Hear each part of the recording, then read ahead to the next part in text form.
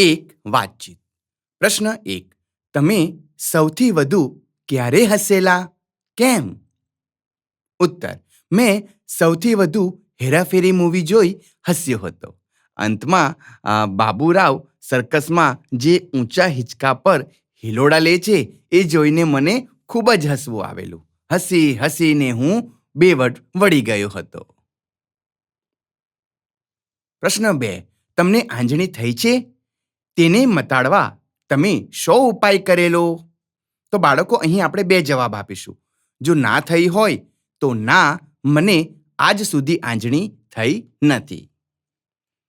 અને જો થઈ હોય તો હા, મને એકવાર આંજણી થઈ હતી, પણ મેં મારા પિતાની સાથે દવાખાને જઈ ડૉક્ટર કહે એ મુજબ આંખોમાં ટીપાં નાખી અને દુખાવામાં રાહત મળે એ માટેની દવા લીધી હતી. લગભગ 3-4 દિવસમાં આંજણી સુકાઈ ગઈ હતી. પ્રશ્ન 3. ઇન્જેક્શન લેતી વખતે કેવું થાય છે? ઉત્તર. ઇન્જેક્શન લેતી વખતે મચ્છર કરડ્યા જેવો તીણો દુખાવો થાય છે, પણ થોડી વાર પછી રાહત લાગે છે. પ્રશ્ન 4. ડોશીમાનું વૈદ્યું એટલે શું? ડોશીમાનું વૈદ્યું એટલે ઘરગથ્થુ ઉપચાર. ઘરમાં રહેલી સામગ્રીથી ઉપચાર કરવામાં આવે એને ડોશીમાનું વૈદ્યું કહે છે. આપણા પૂર્વજો, વડીલો પોતાના અનુભવના આધારે આપણને થતી નાની નાની બીમારીઓમાં ઘરમાં રહેલા હળદર, મેથી, અજમો, તુલસી, લવિંગ, ગોળ વગેરે દ્વારા ઈલાજ કરવાનું કહે છે. મોટે ભાગે આ ઈલાજથી રાહત થઈ જતી હોય છે. પ્રશ્ન 5. ચંદનના ગુણ કોણ જાણે છે? કહો. ઉત્તર.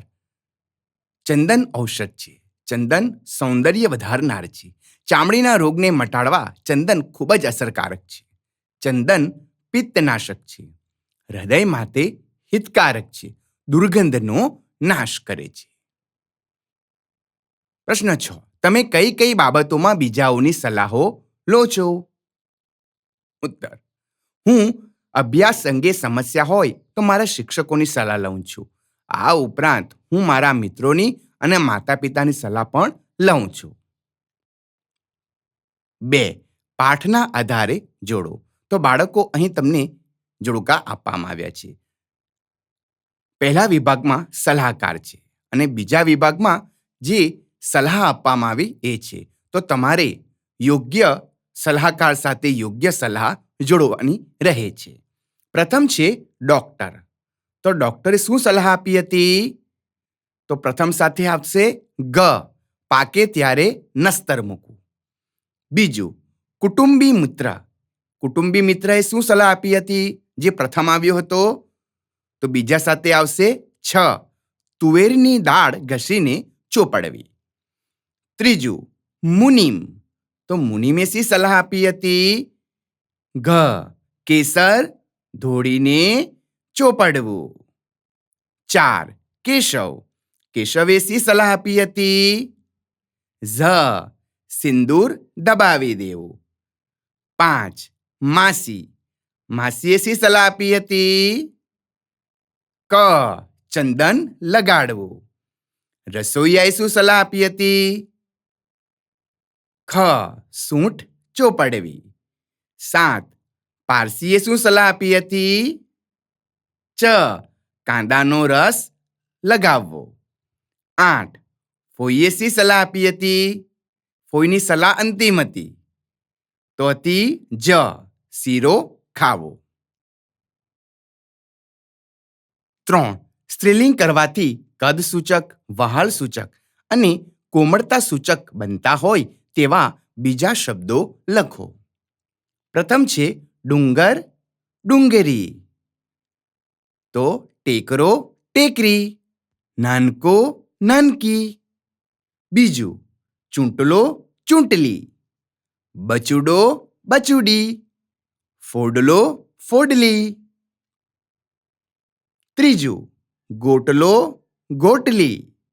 નમણો, નમણી. કોડીલો, કોડીલી.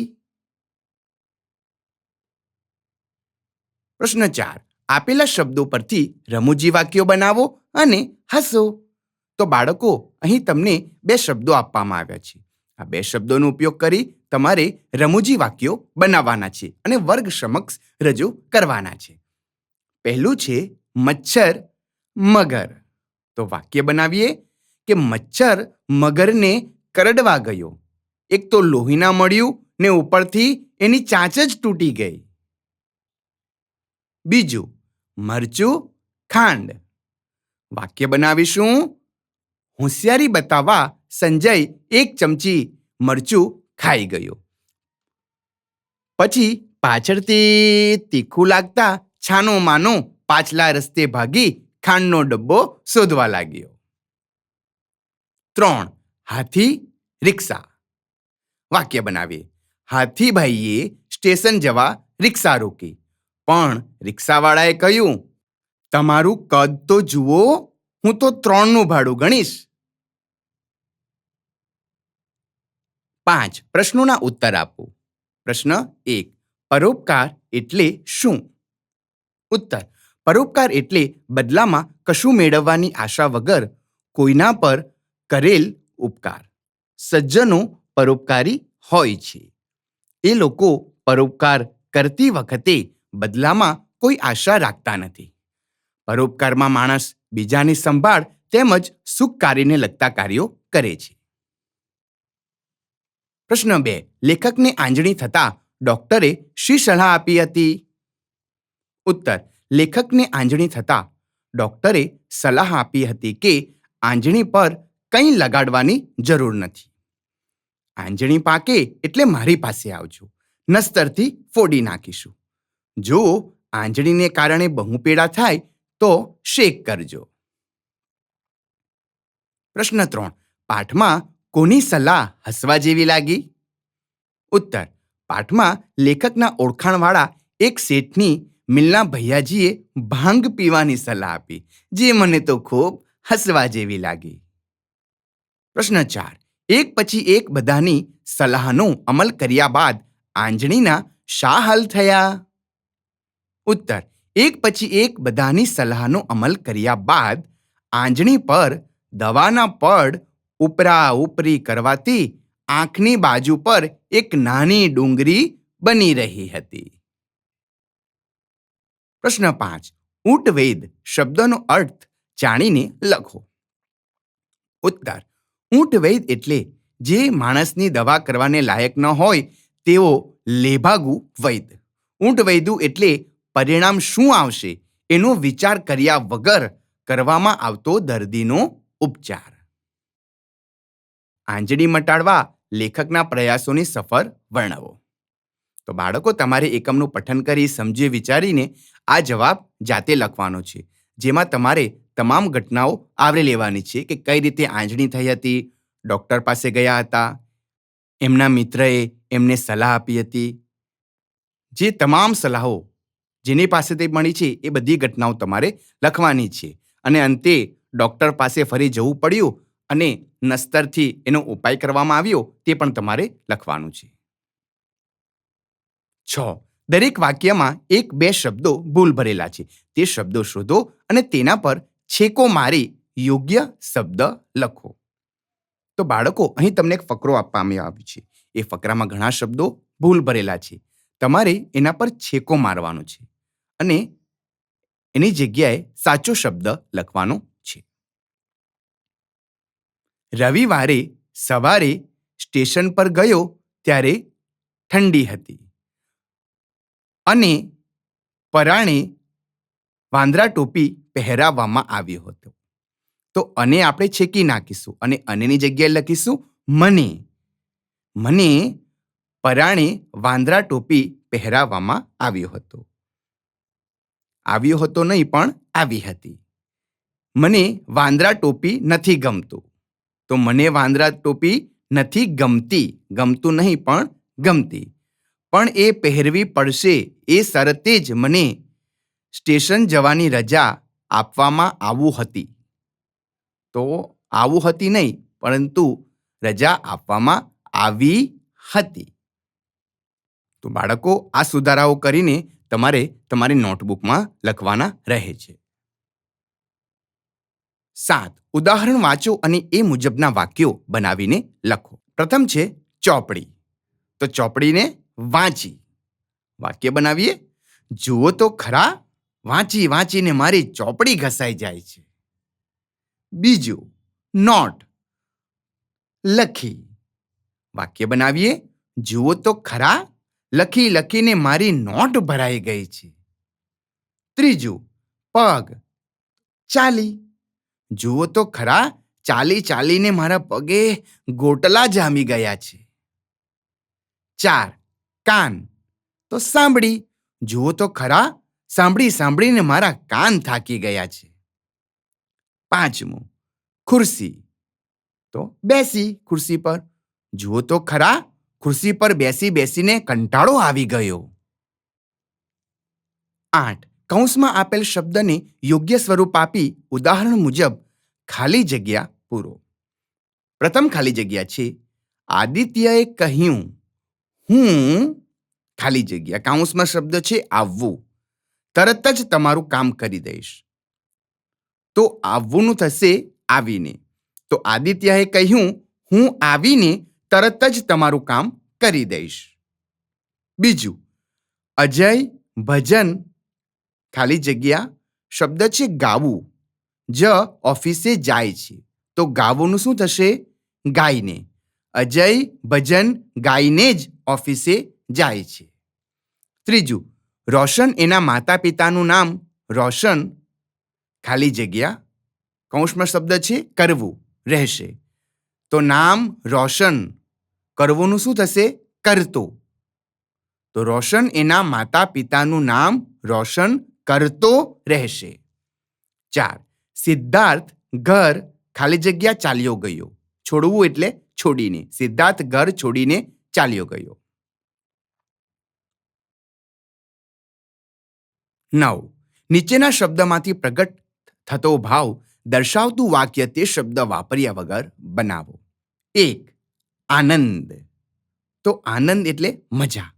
તો વાક્ય બનાવીએ કે આજે તો ધૂળેટી હોવાથી મિત્રોને રંગવાની મજા પડશે. બીજું, દુઃખ. દુઃખ એટલે શોક. તો મયંકનું પરીક્ષાનું નીચું પરિણામ જોઈ એના પિતાને ખૂબ શોક થયો. ત્રીજું, નવાઈ.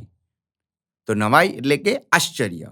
મને તો આશ્ચર્ય થાય છે, એ લોકો જીત્યા કઈ રીતે?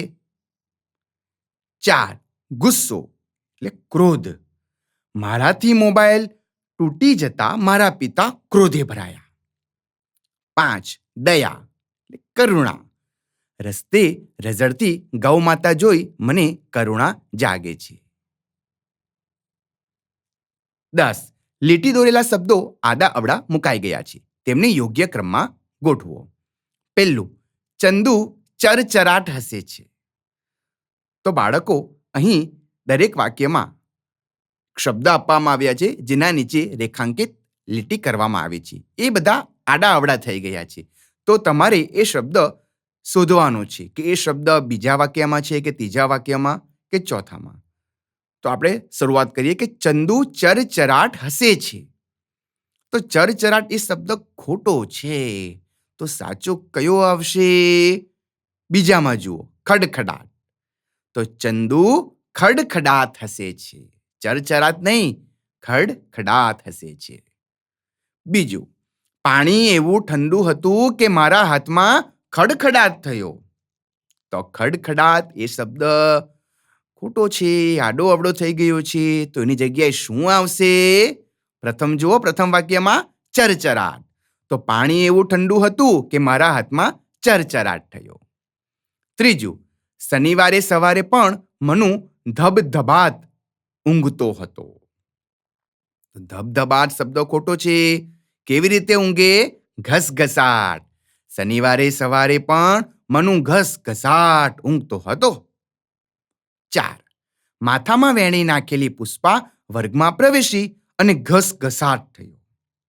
ઘસઘસાટ શબ્દ ખોટો છે. મગમગાટ આવે. માથામાં વેણી નાખેલી પુષ્પા વર્ગમાં પ્રવેશી અને મગમગાટ થયો. 5મું, હાથીભાઈ આવે એટલે મગમગાટ તો થાય જ. હાથી આવે એટલે શું થાય? ધબધબાટ. તો હાથીભાઈ આવે એટલે ધબધબાટ તો થાય જ. 11, તો શું થાય? વિચારો, લખતા જાઓ અને હસતા જાઓ. માણસોને પૂંછડી ઉગે તો? તો બાળકો, તમારે અહીં તમારા મનના વિચારો રજૂ કરવાના છે. દરેક બાળકે એક અલગ કાગળ લઈને એમાં પોતાના વિચારો રજૂ કરવાના છે અને વર્ગ સમક્ષ રજૂ કરવાના છે. અને હાસ્યની આ પળો તમારે માણવાની છે. તો બાળકો, અહીં આપણો આ એકમ પૂરો થાય છે. હવે આપણે આગળના એકમ તરફ જઈશું.